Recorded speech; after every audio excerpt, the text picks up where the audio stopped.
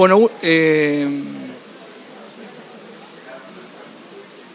esto que decíamos recién, algo que se me había pasado, en la idea de, acorde también con la idea del código, que decíamos esto de marcar la independencia entre el proceso de divorcio en sí y los efectos, es coherente también con la idea de la autonomía de la voluntad, en punto a que, si incluso hoy lo vemos, las partes podrían querer el divorcio, pero saben que hay cuestiones conflictivas que lo dejan para el futuro.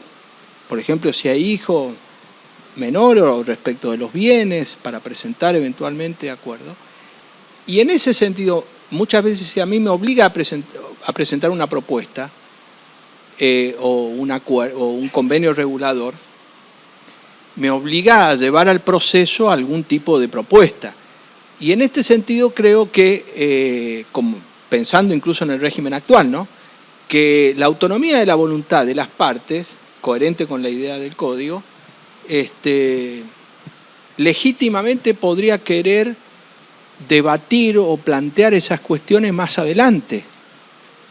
Y por lo tanto no veo el impedimento por el cual no tenga que llevarlo eventualmente en otro proceso o más adelante. Lo cual, vuelvo a repetir, no significa que tengan que acordar esto del 438 y el 439, no significa que esté obligado a acordar. Lo que está obligado es llevar al proceso, y todo eso es lo que, en definitiva, es lo que estamos diciendo, si es necesario en ese tipo de proceso.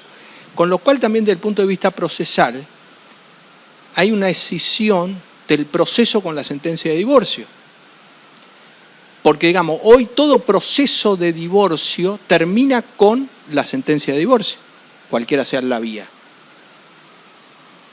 En cambio, con este nuevo sistema, habría un proceso de divorcio o un juicio de divorcio que se independiza de la sentencia de divorcio.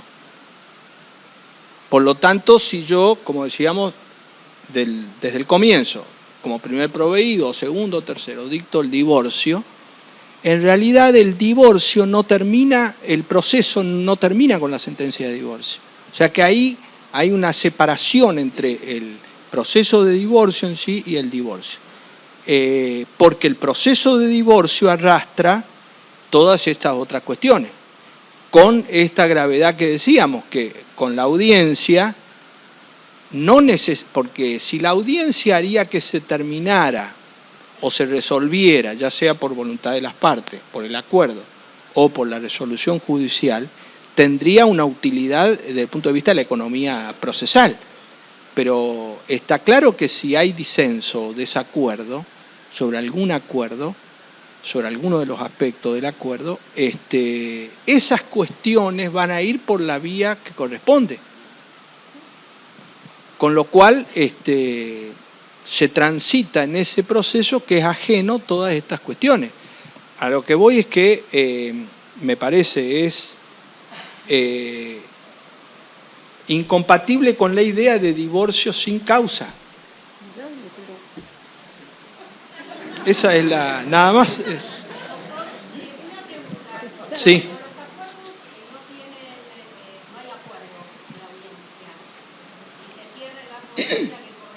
Sí.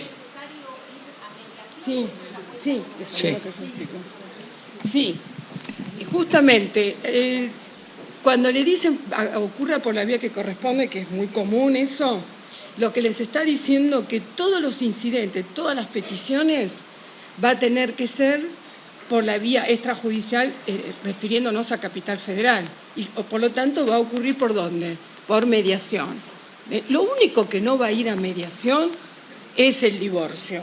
Después, todo el resto, si no hay acuerdo, claro, siempre hablamos de eso, si no hubiese acuerdo, tiene que ir a mediación. Y en provincia está el consejero, está en la etapa previa, con lo cual va a ser lo mismo. A ver, ¿en qué puede variar? El divorcio sale la sentencia con acuerdo del convenio regulador que se haya acompañado, la sentencia va a salir. Después vemos cómo hacemos con lo otro. Con los otros incidentes o peticiones que no se hubiesen llegado a un acuerdo. En provincia, el consejero va a tener la misma función que tiene hasta ahora. No va a cambiar eso. No va a cambiar. Absolutamente. Ni en provincia ni en capital. Es exactamente el mismo sistema que tenemos hasta ahora. Y yo estaba pensando, no sé si es un impedimento tan importante esto de no estar de acuerdo con el convenio regulador que acompañemos. A mí me parece que basta con acompañar un convenio que no sea la foto de todos los bienes que constituye, por ejemplo, el acervo conyugal, ni estar de acuerdo, podemos estar de acuerdo en la tenencia, que ahora no se llama más tenencia, en los alimentos, en otros efectos. Pero no creo que el hecho de no estar, de no poner todos los bienes, no incorporar todos los bienes sea algo que nos vaya a traer problemas. Alguien me comentó, no la veo ahora, una doctora que estaba ahí sentada, preguntaba esto de qué difícil que va a ser notificar a la contraparte. Eso el código no lo va a poder evitar. La verdad, no. Tratemos de que tengamos que sea operativo todo lo que hagamos, pero es inconveniente, sí, a ver. Además, si es como dice, que se casó y se separa mañana, no va a ser tan difícil ubicarlo. La verdad que tampoco no nos vayamos tan al extremo.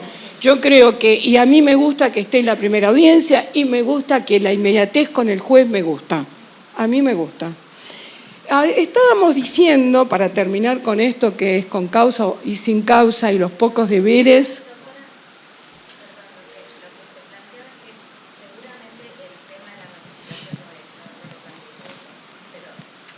El tema.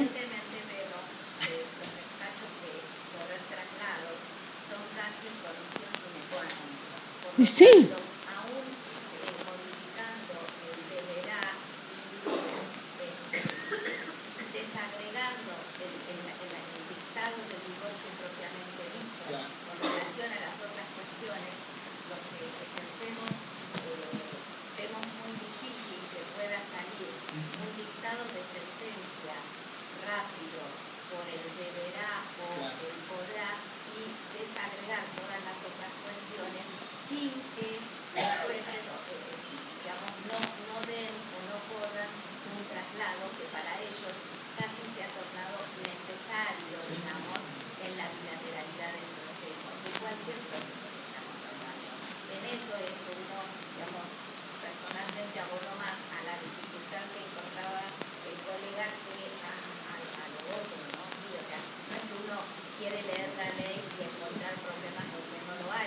Claro, en la provincia de Buenos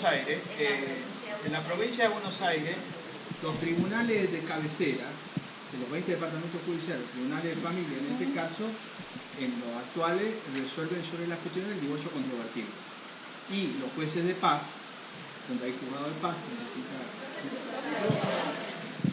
donde hay juzgado de paz, resuelven sobre la presentación conjunta. Son competentes respecto de la presentación conjunta. Conforme al nuevo código, porque digamos, todo esto también nos va a arrastrar un problema por 2 o 3 años que tiene que ver con la reforma de los códigos procesales civiles y comerciales en todas las jurisdicciones, que con los códigos vigentes uno tendrá que acomodar, amoldar, y ahí va a haber muchas cuestiones obvias de situaciones de interpretación, ¿no? Pero bueno, eso es inexorable. Pero digo, en el régimen actual, cuando entre en vigencia esto, si seguimos ese criterio, al ser el divorcio ya no controvertido, los juzgados de paz serían competentes. Pero en los juzgados de paz ahora se le agrega todos estos convenios, obligatoriamente. Hubieron algunos jueces de paz que me dijeron, bueno, lo que yo voy a hacer es decretar el divorcio y decir que vaya por la vía pertinente. No, eso no lo puede hacer. Porque si se declara competente, tiene que seguir el juicio.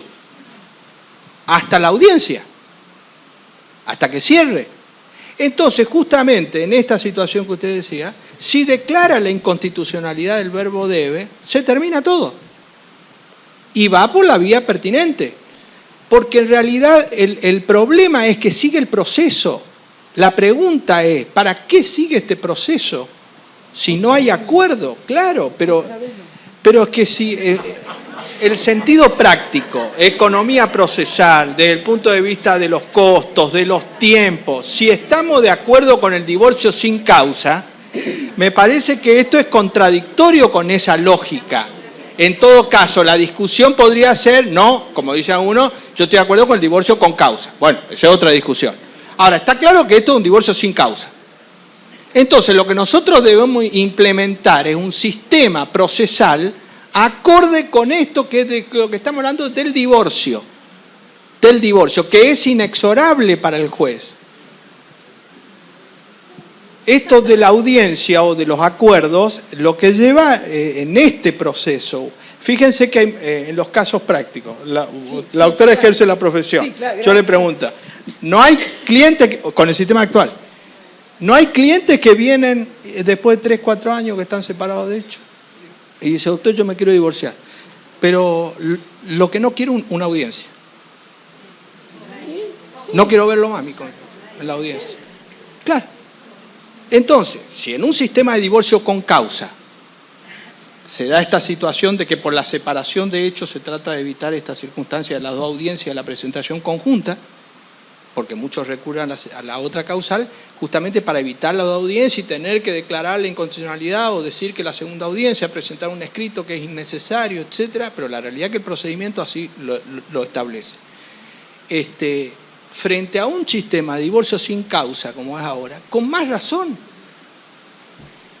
¿Cuál es la utilidad procesal? ¿Cuál es el acto procesal por la cual el sistema me genera todo un proceso y una respectiva audiencia de lo que estamos hablando, que es del juicio de divorcio? Ahí es donde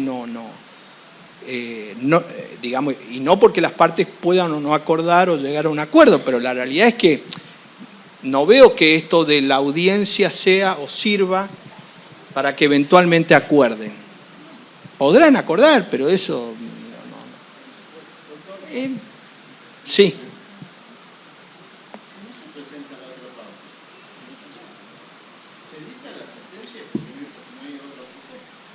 Y sí, ahí está el problema.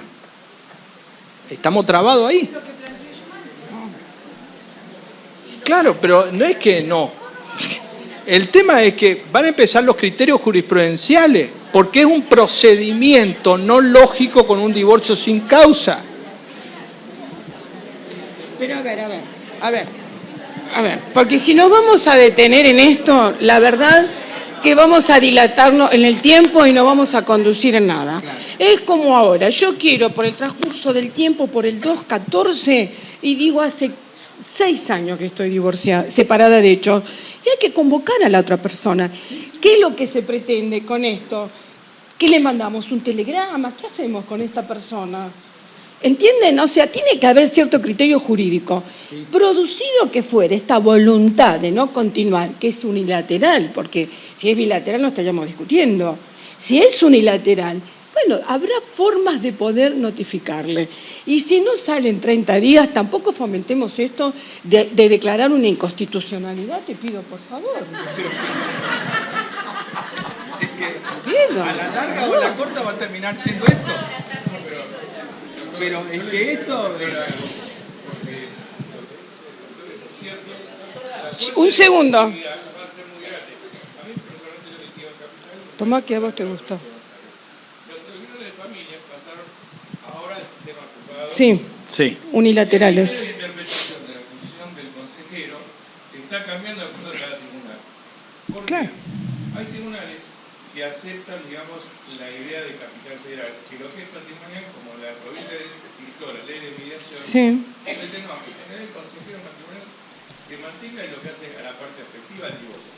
Pero lo que es patrimonial, ateniéndose a la cultura de la familia, que vayan a la mediación, no había todo. Hay otro que dice que no, el consejero tiene que seguir entendiendo en todo. Entonces, digamos, esto que está planteando el doctor, estos puntos abiertos, van a generar muchas puertas. Pero yo entiendo su voluntad de no decretar la Constitución. Pero muchas veces somos los mismos abogados que se por la constitucionalidad. No, yo no le digo que usted no haga el proceso que usted quisiera intentar. Lo que digo es otra cosa. El procedimiento es este. Busquemos el modo de agilizarlo y es lo que hay. Entonces... Y declarando la inconstitucionalidad. No, pero no. Claro, si no vamos a estar... claro. ¿Y qué vamos a hacer? Vamos a estar 6 meses atrás del expediente.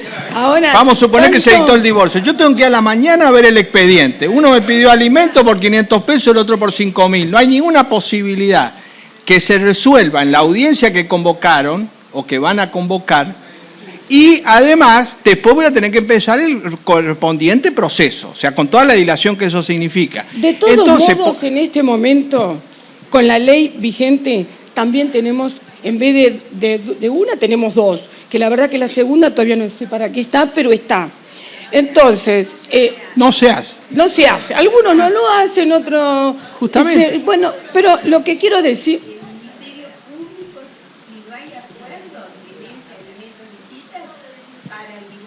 Lógico. Claro, pero la acá, práctica ha llevado a hacer un sistema dinámico acá no va a ser en así. un sistema de divorcio con causa. Si en un sistema de divorcio con causa se da esto, porque uno en esta lógica dice, no, ojo, el divorcio es con causa. Entonces, en un sistema de divorcio sin causa, lo que va a tardar es 3, 4, 5 días, 1 mes, 2 meses para que se empiece a plantear esto que estoy diciendo. Porque ahora, no le encuentro el sentido... Más allá de estar de acuerdo o en desacuerdo, no le encuentro el sentido útil para nadie, ni para el cliente, ni para el profesional, ni para la justicia. O sea, tú un dispendio jurídico. ¿Cómo? Sí. No se escucha, ¿eh?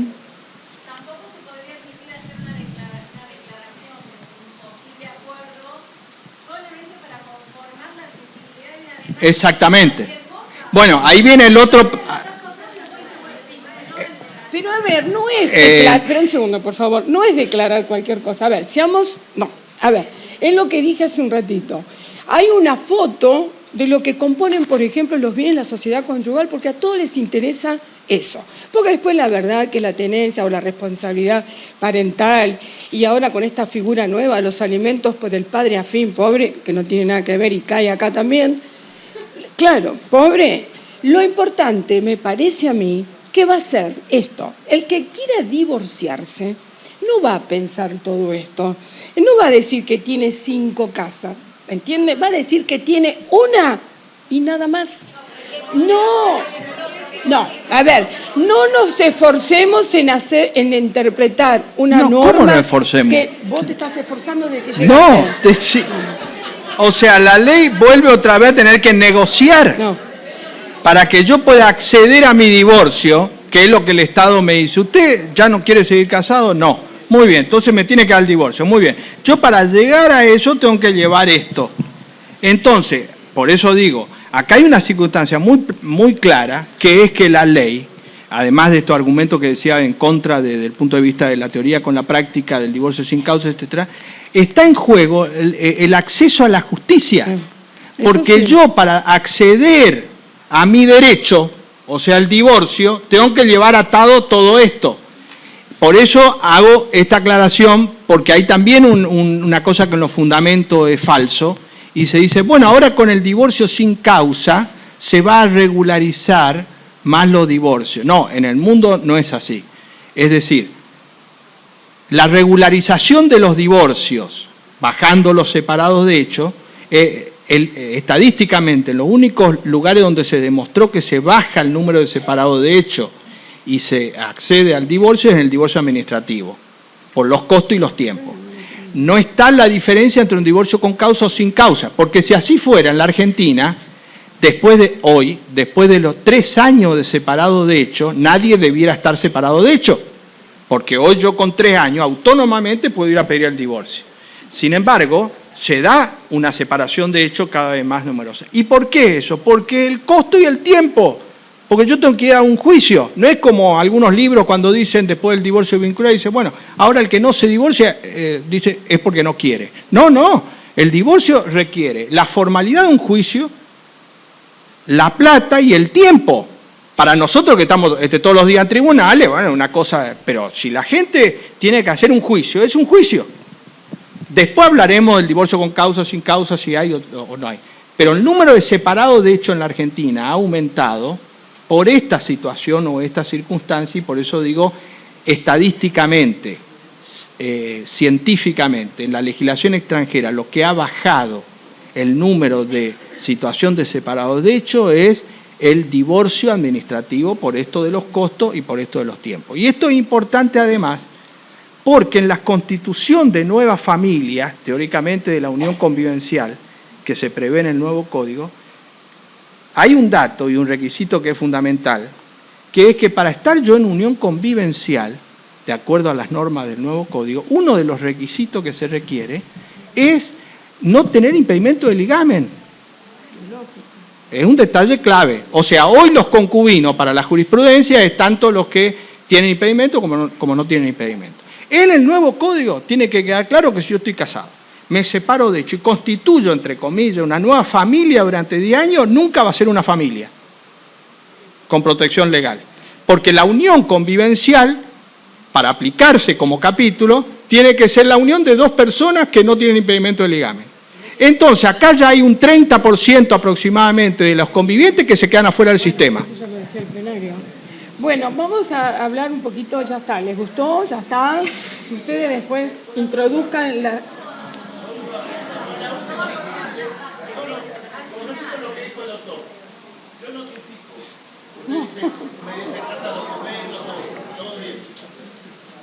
La persona está notificada legalmente y no se pisa.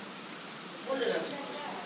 A ver, no es lo mismo que ahora, que si usted le notifica claro, y está debidamente es notificado y no viene. Pero es que la propuesta, la interpretación de la normativa es, usted puede, a usted le rige la autonomía para pedirlo. Usted acompaña este convenio, ¿sí? Porque usted va solo. No está de acuerdo, está en la primera audiencia. Hace la contrapropuesta a la otra persona. Pero quedémonos en que usted lo quiere notificar y la otra parte no va. No va. Usted cumplió con lo que le está diciendo la norma, que es para el divorcio. Usted acompañó un acuerdo. Yo creo que nos estamos deteniendo demasiado en un impedimento, y no de los impedimentos regulados por la normativa, sino por obstáculos que son de práctica que la vivimos actualmente. Entonces, yo lo que quería decirles es algunos cambios que hubo que me interesan, el tema de los alimentos. No, breve, porque no nos queda tiempo, porque queríamos hacer un debate con el doctor con respecto al artículo 7 y ahora la aplicación. Entonces, yo lo único que quería, y termino con esto, y no me interrumpís, es el artículo 434, y son los alimentos posteriores al divorcio. Y una de las partes es el que ahora es el ex 208, porque ustedes estarán preguntando qué pasa ahora que sacamos la separación personal, qué pasa con el cónyuge enfermo, ¿no es cierto? Bueno, eso que después, que era el 203 y que después para los alimentos era el 208, estaba regido por el 208, ahora lo dice el artículo 434, inciso A, y dice: a favor de quien padece una enfermedad grave preexistente al divorcio que le impide autosustentarse. Si el alimentante, y fíjense esto que antes discutíamos, si era una carga de la obligación, si era una causa de la sucesión o era una deuda. Miren lo que dice y me parece que redondea también eso. Si el alimentante fallece, la obligación se transmite a sus herederos. Se terminó el problema. Como se estaba haciendo, eso es lo que discutíamos. ¿Es una carga? ¿Es una obligación? Lo dice nítidamente. Nosotros tenemos todavía el artículo 209, que es para por toda necesidad. El cónyuge no importaba, ¿se acuerdan? Si es inocente o culpable, si no se los puede procurar, requiere de esta asistencia. Ahora, el mismo artículo que les dije antes, en el inciso B, dice: a favor de quien no tiene recursos propios suficientes ni posibilidad razonable de procurárselos. Y se tiene en cuenta el modo, el quantum y el modo de que se tiene que establecer. Ahora, y acá me gustaría, ahora vamos a empezar de nuevo, hay un plazo de duración para los alimentos. Que no está ahora. Un plazo de duración que nosotros no lo tenemos. Entonces, ¿qué nos pasa? Si nosotros ahora, por ejemplo, se establecen alimentos para el cónyuge inocente, esos alimentos estipulados de ese modo como consecuencia de una causal para esta cónyuge inocente, tiene alimentos, ¿no es cierto? Se muere, el señor se le ocurre morirse en tiempo y forma, esto, una pena para él, pero esos alimentos revisten la calidad de pensión. Y si el señor estaba vuelto a casar, se comparte la pensión. Con lo cual, eso es un descuido importante que han tenido, porque era un modo, porque ustedes me dirán, bueno, también, doctora, se acordaban, pero cuando se acordaba, y está en la Corte todavía, no lo resolvió, ANSES dijo, señores, si el legislador hubiese querido, lo hubiese introducido, y no hubiese puesto la reserva de la inocencia del 404, con lo cual ha quedado bastante desprotegido. Y ahora, como si eso fuese poco, dice, la obligación no puede tener una duración superior al número de años que duró el matrimonio y no procede a favor del que recibe la compensación económica del artículo que estábamos nombrando antes. Entonces, yo rápidamente digo, ¿de qué modo los alimentos van a constituir después una pensión? No quiero matar a nadie, pero vieron que siempre se muere primero el hombre, no sé por qué es así. Porque los matamos nosotros, no. Pero lo que digo es esto, ¿de qué modo, por ejemplo, que está percibiendo los alimentos, por ejemplo, pactados y se muere el alimentante? ¿No es cierto? Sí. En ese caso, se puede... ¿Se entiende esto?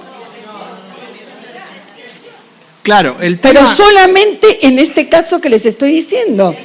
Solamente. No, lo que pasa es que acá hay una diferencia con el régimen actual, que es esta situación de introducir lo que no está ahora, que los alimentos, por naturaleza, cualquier obligación alimentaria no tiene una duración, salvo el contractual, obviamente. Pero estamos hablando de las relaciones de familia por naturaleza de los alimentos. Entonces, no tiene un tope, establecerá, lo que la ley establece es causa de cesación de la obligación alimentaria. Pero no hay un tope predeterminado.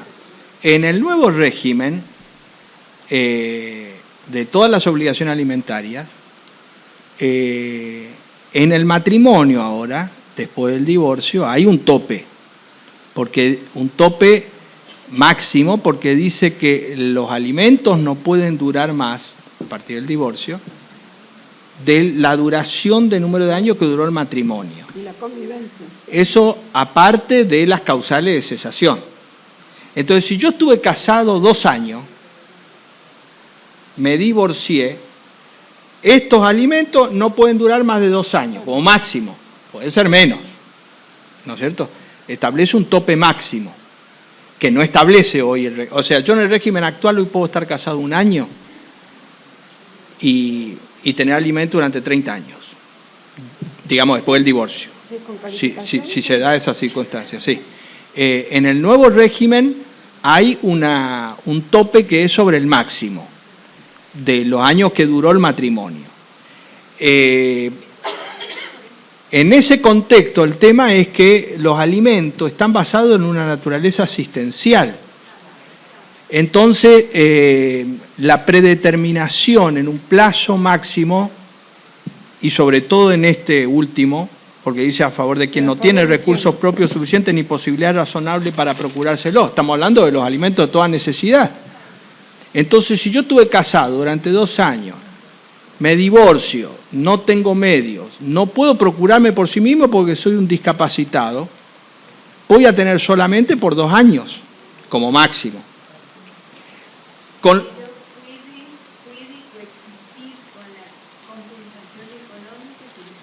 No.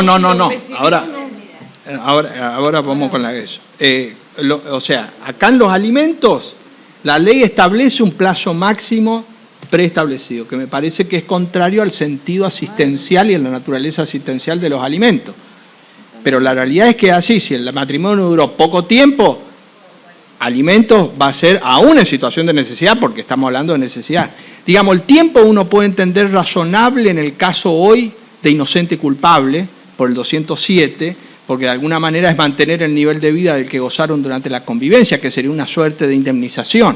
Entonces yo puedo decir, bueno, no, esta, entre comillas, indemnización bajo el nombre de alimento tendría que durar no más de lo que duró el matrimonio. Pero hoy, obviamente, el nuevo código, al no tener inocente y culpable, los alimentos que estamos hablando de toda necesidad. Y ahí, frente a esas circunstancias, va a tener este tope máximo. Entonces, en pensión, en el artículo 53 de la Ley de Jubilaciones y Pensiones, producido el divorcio, hay dos posibilidades que yo obtenga la pensión. Uno, si fui declarado inocente de la separación de hechos, separación personal o divorcio vincular. Y segundo, si al momento de la muerte del causante estaba recibiendo alimentos. ¿No es cierto? La primera hipótesis desaparece fácticamente con el nuevo sistema, hasta tanto no se modifique la Ley de Jubilaciones y Pensiones, porque ya no va a haber inocente y culpable. Entonces, la única fuente por la cual yo, excónyuge, estamos hablando después de un divorcio, me puedo ir a la pensión es si mantengo obligación alimentaria. Y como la obligación alimentaria tiene un tope de la duración del matrimonio, los divorcios que se disuelvan a una edad razonable van a perder el derecho de pensión. Con lo cual ahí me quita un doble fundamento asistencial, de los alimentos propiamente dicho y eventualmente del derecho de pensión. Y que fíjense que esto se suma a una cuestión que en la compensación económica, la compensación económica es una institución que nació en los últimos 40 años en la legislación extranjera, que era para equiparar una desigualdad que se daba en razón del matrimonio después del divorcio, que no viene el caso acá a hablar sobre eso. Pero en particular, digamos, tiene que ver con esta desigualdad.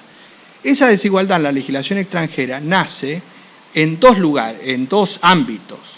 La prestación compensatoria, en realidad en sentido técnico, que acá se llama compensación económica, civil y previsional. O sea, la compensación económica en realidad nació en civil y previsional, porque se preveía esta situación aún después de la muerte, esa compensación de acuerdo a la pensión. En la Argentina, la compensación económica que tiene el nuevo código es solo civil, o sea que no está la previsional. Entonces, conforme a esto, a estos tres aspectos que decíamos, el derecho previsional va a ir perdiendo como beneficiario a los divorciados en general. Y ahí creo que no está articulado conforme a esas normas, digamos, hoy del régimen propuesto, ¿no? Pero la realidad es así. Es decir, salvo en los casos de matrimonio que se disolvió después de 30, 40 años, ahí sí, seguramente. Pero en los divorcios de matrimonio de poca duración... Es lo que pierden, seguro. Doctora Marta, ¿hacías una pregunta? Sobre las compensaciones económicas. No, en el caso de la compensación económica, dice el artículo, se pierde. Tiene dos aspectos limitativos, que es la duración máxima del matrimonio, los alimentos, y no puede coexistir con la compensación económica. Es decir que hay dos efectos que son incompatibles después del divorcio, solamente estos dos, que son alimento y compensación económica.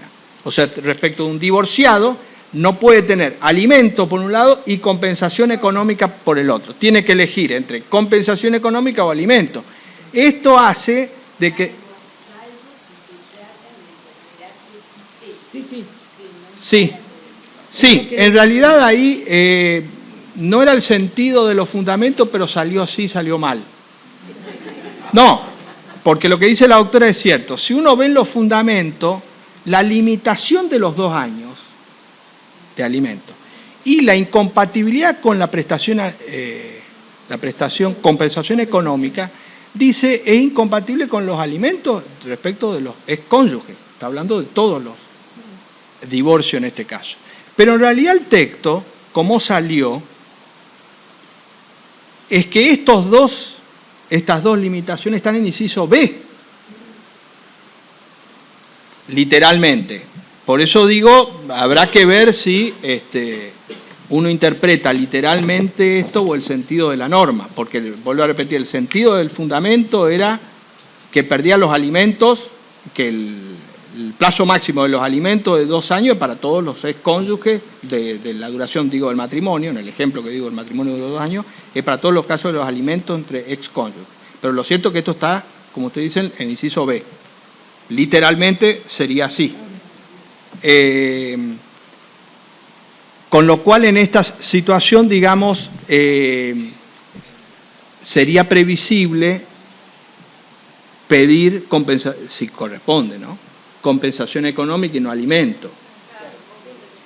Porque la compensación económica entre cónyuges, a diferencia de esto, puede ser por prestación única, por un plazo determinado que establecerá el juez y excepcionalmente por un plazo indeterminado.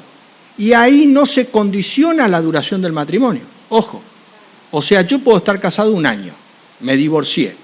Podría legalmente, si corresponde la hipótesis, tener compensación económica hasta mi muerte. En cambio, alimento no. Alimento está atado a la duración máxima del matrimonio. Por eso digo, ahí en la hipótesis uno va a ir, si corresponde, por compensación económica, porque acá se me va a agotar. Bueno, porque el convenio de compensación está justamente porque hay una asimetría, si no, no existe. Claro, ahora el problema práctico es este, ojo. El problema práctico es este. Está claro que no pueden coexistir los alimentos con la compensación económica. Yo me divorcié y tengo que pedir o alimento o compensación económica. Eso está claro. Ahora, ¿la incompatibilidad es por el pedido a partir de los efectos o por la coexistencia? Eso es importante porque si no es una trampa en la cual yo me puedo quedar en una situación de desamparo, que es la siguiente. Claro, hay un plazo de caducidad para pedir la compensación económica de 6 meses después del divorcio. ¿No es cierto? 6 meses después del divorcio. Pero yo voy con el convenio regulador y pido alimentos. No, pido compensación económica. Hasta el divorcio está claro y no hay ninguna discusión en el régimen tanto actual como en el nuevo, que yo puedo tener alimentos provisorios durante el juicio. Estamos hablando en 3 cónyuges. Está claro. Y ahí no hay incompatibilidad con la compensación económica. La incompatibilidad a partir del divorcio. O sea, como efecto del divorcio yo no puedo acceder a los alimentos y compensación económica. Eso está claro. Ahora, ¿la incompatibilidad cuál es? ¿A partir de la sentencia de divorcio o la incompatibilidad de recibir las dos a la vez? ¿Y por qué digo esto? Porque los alimentos son mensuales y justamente si hay alimento provisorio, se decretó la sentencia, pasan a ser en principio definitivo y yo sigo cobrando. Pero yo por alimento voy a tener un máximo. ¿Cuál es el problema acá? Si yo procesalmente, en el juicio de divorcio, en el convenio regulador, digo, no, yo pido compensación económica, esos alimentos provisorios cesarían con la sentencia de divorcio. ¿Cómo? Claro, pero digo, si yo tengo que optar por pedir uno u otro, en este momento es un problema. ¿Por qué? Porque si fuera así, que parece que es literalmente, yo voy a optar por la compensación económica, porque es más en general. Pero la compensación económica requiere un juicio y tiempo, y hay que ver si demuestro. Entonces puede ser que yo la compensación económica la pueda cobrar después de 3 años. ¿Y qué hago hasta los 3 años? No, bueno, por eso. Yo creo que acá para subsanar ese aspecto práctico, uno tiene que sostener que la incompatibilidad estaría dando... Pensé que ibas a decir inconstitucionalidad. No, la incompatibilidad estaría dada por cobrar a la vez, no a partir del divorcio. Porque yo puedo decir, estoy en un estado de necesidad. Salió el divorcio, pero ahora como no nos ponemos de acuerdo con la compensación económica, yo tengo que hacer un juicio respecto de esto y probar y con todo lo que eso significa, un juicio ordinario. Entonces yo puedo decir, no, yo sigo cobrando alimentos. Cuando si sale la compensación económica, ahí cesaría de pleno derecho. Esa creo que sería una interpretación favorable, pero es discutible, porque de acuerdo acá dice desde la sentencia. Entonces, me obligaría a mí, a veces, vuelvo al ejemplo, de pedir alimento para no morirme de hambre. Porque yo tendría que renunciar, entre comillas, a la compensación económica por lo que significa el juicio, el tiempo, etcétera, etcétera. Ahora, ya está, ¿no? Los alimentos. ¿Por qué no hablamos un poquito de lo que nos falta de acá hasta el 1 de agosto, que entra en vigencia este código? ¿Qué pasa con lo que está en trámite? ¿Qué dice el artículo 7? ¿Qué opinan los jueces sobre esto? Porque... Micrófono. Ay, ¿no se escucha? Con esta voz de sótano, no, qué lástima. ¿Cómo sería? Porque en realidad ustedes saben Perdón, que antes de eso... antes de eso, para la declaración de inconstitucionalidad... ahora esta semana sale un libro mío de Derecho de Familia de la ley. Me pueden citar a mí, echarme la culpa a mí, digo, para no tener que recurrir a una interpretación que se enojen los jueces o la doctora. Ustedes saben que el artículo 7 es igual que el artículo 3, ¿no es cierto? Salió un fallo, un plenario de Trelew, que la verdad que ha descompaginado un poco lo que se venía haciendo hasta ahora. Entonces, por supuesto, hay conceptos encontrados. Nosotros estábamos viendo qué es lo que se va a hacer ahora. Y la verdad que lo que más pensamos que puede ser complicado es un divorcio que tenemos ya sentencia, por ejemplo, en primera instancia. Entonces me van a decir, no, pero si está en primera instancia, quiere decir que no está firme. Por lo tanto, el consumo jurídico no está, y todo eso que dice el artículo 7, que es correcto. Yo quiero saber si un juicio de divorcio que tenemos en primera instancia y que está apelado, por lo tanto no es firme, va a ir a la Cámara. En la Cámara va a tardar ¿cuánto? ¿De un mes más porque viene la feria? Bueno, ¿qué va a pasar con este juicio? ¿Qué ley va a aplicar? Con la expectativa de que si era para el cónyuge inocente, porque... ¿qué es lo que va a perder? Los efectos, no lo vamos a repetir, que todo el mundo sabe cuáles eran los efectos propios de una calificación de conducta. Pero en este momento sería bueno hacer un debate para ver cómo están actuando los juzgados, por un lado, y qué pasa con este plenario, que por supuesto no estamos de acuerdo. ¿Qué dice el plenario? Con algún poder de síntesis, les digo que este plenario, que vaya a saber el desacuerdo que había para arribar a un plenario, dice que se va a aplicar en lo posterior, o sea, si va a Cámara y es después del 1 de agosto, se va a aplicar esta ley, La ley vieja. La ley vieja, esta, ¿se entiende? No el Código Civil y Comercial, para no decir nuevo y viejo. El código vigente se va a aplicar. ¿Por qué? Porque ellos consideran... así está el plenario, ellos consideran que como se inició con esta ley vigente, en Cámara va a pasar lo mismo. Ustedes dirán, pero ¿cómo puede ser un plenario en estas condiciones sabiendo de que no hace cosa juzgada porque no queda firme? Y por supuesto en agosto van a tener que resolver de acuerdo a la normativa del Código Civil y Comercial, con lo cual los 3 o 4 años que se hicieron de juicio quedan perdidos porque no va a haber calificación de conducta. Yo sé que hay jueces ahora actualmente que lo que están haciendo es, en primera instancia, aplican el código vigente, por supuesto, pero si está en la apelación para después, la verdad que desconozco qué es lo que se va a hacer. Pero si queremos aplicar estrictamente lo que dice el artículo 7, que no es retroactivo, como es el artículo 3, y el artículo 3, con todas las discusiones que hubo, que es del 68 incorporado por Borda, actualmente, ¿conoces alguna inconstitucionalidad del artículo 3? No. Sé que no se te ocurra para el artículo 7. No los hay. No los hay. No los hay. Acá hay una situación, por eso hablamos del divorcio. Está claro que conforme al primer párrafo del artículo 7, a partir del 1 de agosto, cualquiera sea la instancia, mientras no esté como cosa juzgada el proceso de divorcio, se aplica la nueva ley. Eso está claro. ¿Por qué se hace tanto hincapié como en el plenario otras situaciones y otros fallos y otras doctrinas que se han escrito a favor o en contra? Está claro que el código establece la aplicación inmediata respecto de esa situación cuando no hay sentencia firme. El tema en el divorcio que se va a plantear, más allá del resultado final, es los recursos, obviamente, que se van a plantear, porque acá cambia sustancialmente respecto del inocente.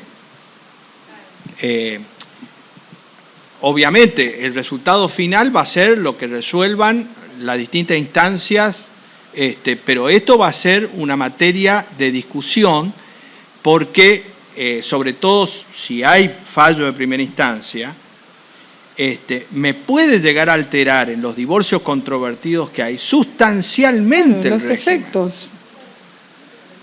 Y eso, digo, esta discusión en la vieja terminología de derecho adquirido, cuando uno habla, bueno, derecho adquirido y no, eso es una discusión en el derecho abierta siempre.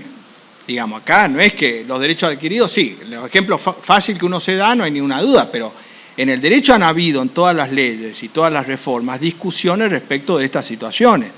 Y esto lo que va a plantear es respecto de estos juicios controvertidos, porque, fíjense, en el 1306 actualmente, si están separados de hecho sin voluntad de unirse, claro, estuvieron separados de hecho 10 años. Y después se inició el juicio de divorcio que está en trámite y el inocente alega y prueba su inocencia. En el régimen actual, de acuerdo al último párrafo, el 1306, dice que el inocente de la separación de hecho participa de los gananciales adquiridos por el culpable y el culpable no. O sea, si mi cónyuge, estábamos separados de hecho, pero en 10 años estuvimos separados de hecho, pero mi cónyuge compró 5 departamentos y yo después soy inocente, yo participo en el régimen actual. Con respecto a situaciones donde normalmente en los divorcios controvertidos preexiste la situación de separación de hecho. Voy a los bienes, que es lo que la gente va a plantear en este contexto, ¿no? Conforme al nuevo código, la separación de hecho, independientemente, ahora se introduce como causal autónoma la separación de hecho como causal de separación judicial de bienes, que hoy es solamente el abandono, no la separación de hecho. Pero independientemente de esto, aunque yo no lo haya pedido a la separación de hecho, el nuevo código dice que a partir del momento de la separación de hecho, y obviamente ya no hay inocente y no hay culpable, ninguno participa. O sea que el cambio de esto es sustancial, porque acá en este caso, si yo tuve 10 años separado de hecho y me fui a un juicio, ya tengo sentencia firme, yo participo de la ganancialidad, el 2 de agosto me dicta sentencia y me cambia todo. Ese es un efecto muy importante. Por eso digo que más allá del resultado final va a ser muy debatible esto, porque son circunstancias injustas que no pudo haber previsto obviamente el código, pero son situaciones y por eso se hace hincapié en el divorcio, porque yo puedo hacer hincapié en muchos procesos judiciales respecto de la ley aplicable en cuanto a esto anteriormente o no anteriormente. Y por eso digo esto de como decía la autora, el artículo 3 de la 1711, ha dado lugar a un montón de interpretaciones y de facetas, digamos, y por eso digo, más allá del resultado final, la discusión y el contexto que no va a estar exento, porque obviamente la parte que transitó un proceso hoy y tiene un fallo de primera instancia, lo primero que va a hacer el abogado, plantear eso. Después lo resolverá la corte, el que fuere. Pero digo, está claro que esos planteos se van a hacer, porque son situaciones al menos discutibles, y sobre todo porque, como decía ella, es difícil sostener la lógica del plenario de Trelew, pero es un plenario de Trelew. O sea, está claro que hoy el disenso ya previo a la vigencia está. Imagínense que esto está dictado este plenario sin que haya habido un planteo. Con lo cual, en todas estas situaciones en el país de juicios en trámites, sobre todo con respecto a los bienes, va a llevar a esos planteos, digamos, y esa situación no va a estar exenta de los 2 o 3 primeros años de discusiones, por eso digo más allá del resultado final. Sí. Me pregunto, si el matrimonio cuando se casó tenía en vista una ley de matrimonio, ¿no es cierto? Sí. Como en tantos casos ahora en este código se plantea qué es lo que yo estoy mirando cuando yo estoy celebrando un contrato, ¿no es cierto? Entonces yo estoy mirando una ley que no es esta que está ahora. Claro, sí, hay toda una... Sí. Por eso... El tema es de... Claro, por eso, hay toda una situación de fundamento, y por eso digo, de acuerdo al primer párrafo del artículo 7, es claro que en las relaciones jurídicas preexistentes se aplica la ley nueva. A ver, pero tampoco sería de gran utilidad pensar que como me casé con esta ley vigente no me puedo divorciar o no puedo, divorciarme por la otra ley. No, esto no puede ser así porque la dinámica va a estar y la tenemos que... Bueno, no. Bueno, volvemos a lo mismo, la seguridad jurídica, los derechos adquiridos que decíamos, sí. Pero el tema concreto tenemos que saber, hoy que estamos a muy poco tiempo de entrar en vigencia el Código Civil y Comercial, ¿qué vamos a hacer con las causas que ya están? Porque les digo, si para todos, calculo que sí, no quiero hacer perder tiempo leyendo el plenario, pero lo que dice es, una vez dictada la sentencia de grado en una causa bajo el régimen de los Códigos Civil y Comercial hoy vigentes, en las sucesivas instancias judiciales habrá de revisarse la sentencia de grado a la luz de los mismos ordenamientos bajo cuyo amparo ella se dictó.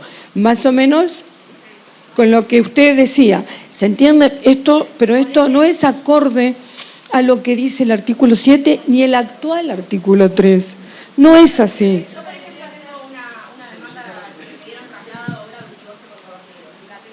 Y perdieron el tiempo.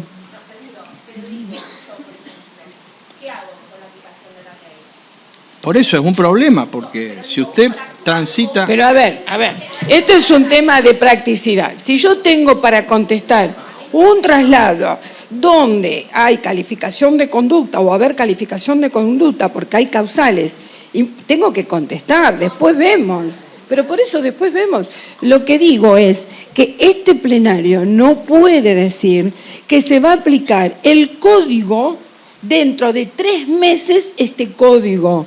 Eso es lo que nosotros no podemos sostener. Sí, porque pero dice, la normativa, pero lo dice.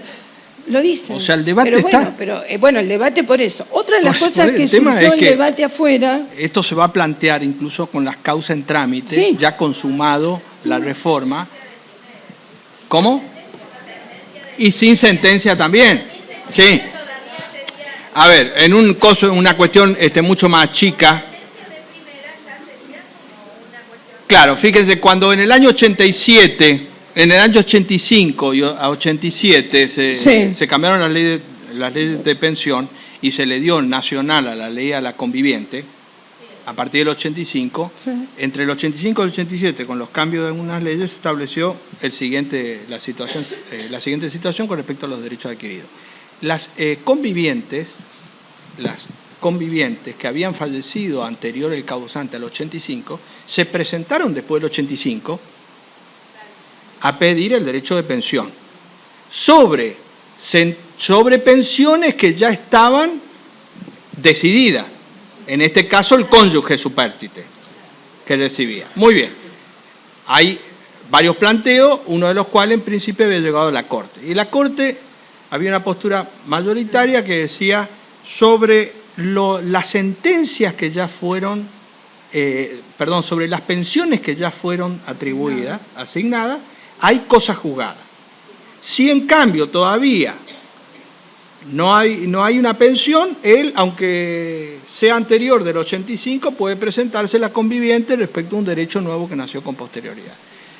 El argumento era que habiendo una atribución de pensión, ya sea por vía administrativa o judicial, se consagraba el derecho adquirido y no se podía modificar respecto de la conviviente. Sin embargo, había un voto en minoría de FAI, que después pasó a ser la mayoría, que creo que es correcto. En ese voto él decía, no, acá el derecho adquirido, el derecho a la pensión, no sobre las cuotas. Sobre las cuotas a devengarse en el futuro, sí sobre las anteriores. Entonces la conviviente puede presentarse en el 88 planteando su derecho respecto de cuotas posteriores y en todo caso coparticipar como establece el 50 y 50.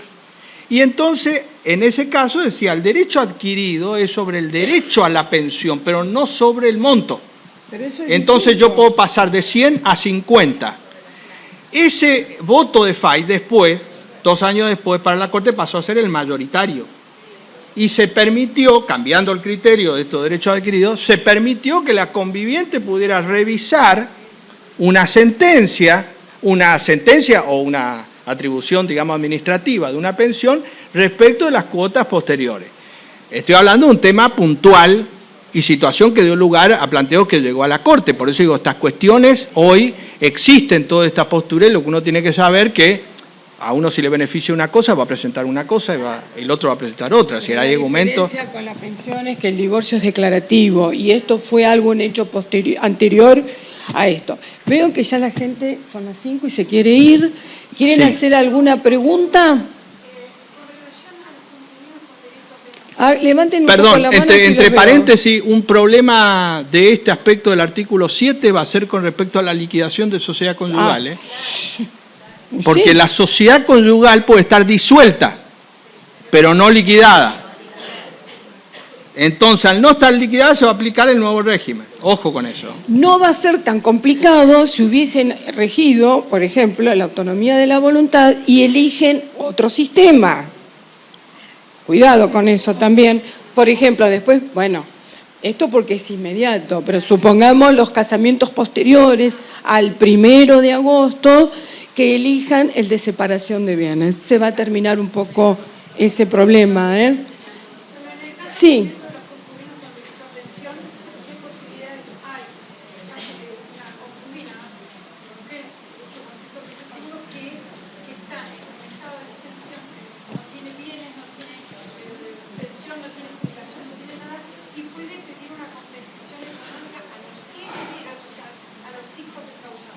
Sí, por las nuevas normas puede ser en la convención económica, en la convivencia, la concubina, si la separación es en vida o por muerte, puede pedir. En cambio el cónyuge es solamente por divorcio.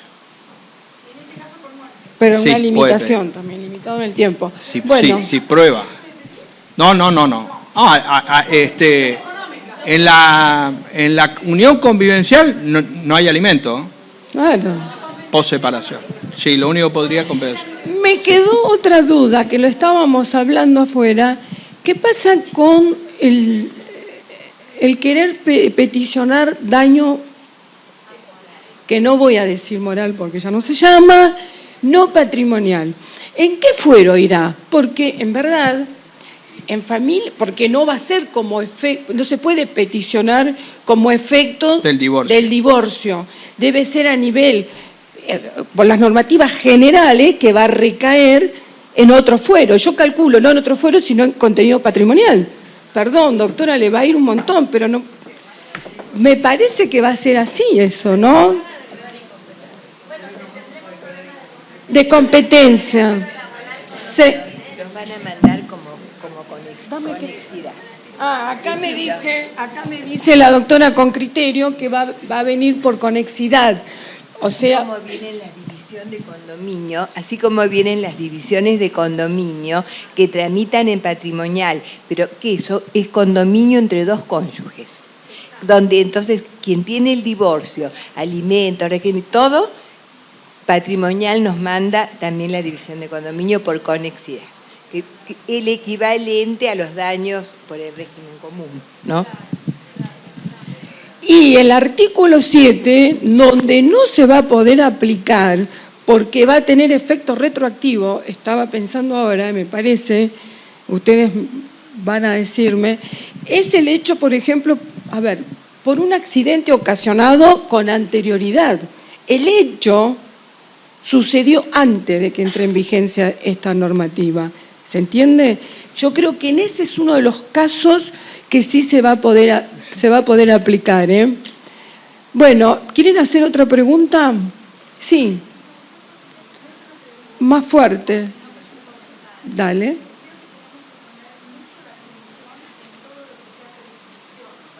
Sí. Sí, porque baja sí, se reduce. Sí, el tema de la prescripción es un problema respecto a las causas existentes. La prescripción y la caducidad es un tema que hay que repasarlo muchísimo. Porque, por ejemplo, para las personas que pueden oponerse al matrimonio tienen 90 días. ¿Está bien? Otra de las cosas es, para la mediación, si van a mediación porque no acordaron dentro de esta primera audiencia o estos convenios que acompañaron, para la presentación tienen 6 meses después de la mediación. Cerrada que fuere la mediación, tienen 6 meses nada más. todos los plazos han sido reducidos. En provincia no, estoy hablando de lo que estamos acá en Capital. También hacemos provincia, pero este es el tema específico de la mediación como está. ¿Está bien? ¿Qué otra cosa? ¿Qué otra pregunta?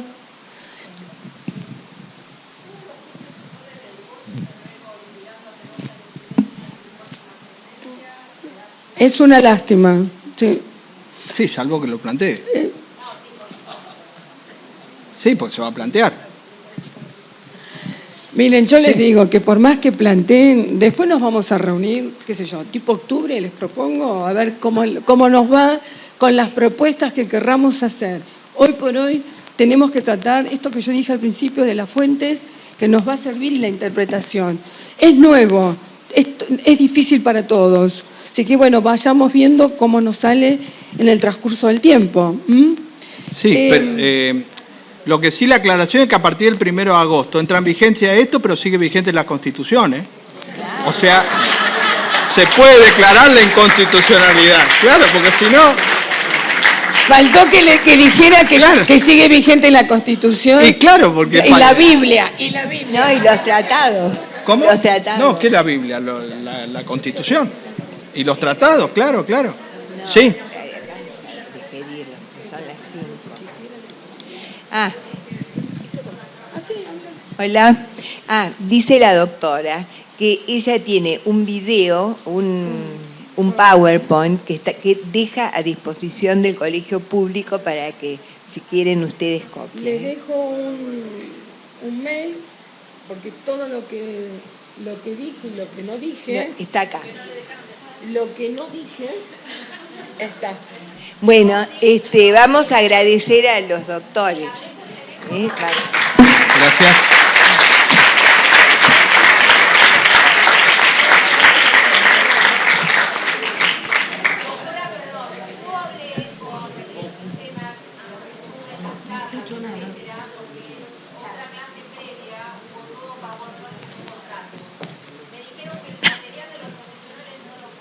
Yo por eso les dije, yo les doy el mail porque ya sé que pasó eso y por eso ni siquiera lo pasamos porque era distraer demasiado a ustedes que están de ese lado. El mail mío es Finocchio. Micrófono. Bueno, ahora no griten. En la próxima clase le vamos a decir bien dónde están los PowerPoint. Bueno, acá me dice la doctora que la próxima... el encuentro que tengan, le van a dar exactamente lo que le está faltando, por ejemplo, de contrato. Mi mail es Finocchio, que se escribe finocchio.carolina@yahoo.com.ar. Yo se los envío porque lo tengo ya hecho.